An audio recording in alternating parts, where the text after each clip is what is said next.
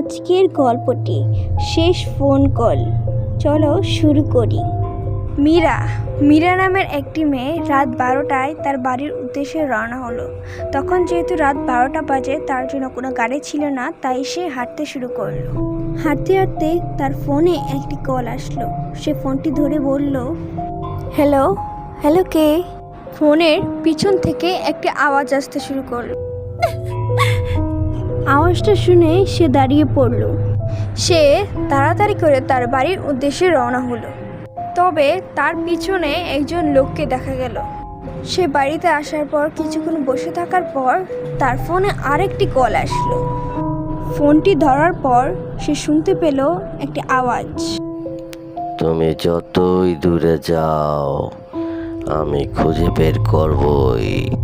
কণ্ঠটি শোনার পর সে অজ্ঞান হয়ে যায়। মানুষ যা জীবনের জন্য ভাবে তাই ঘটে।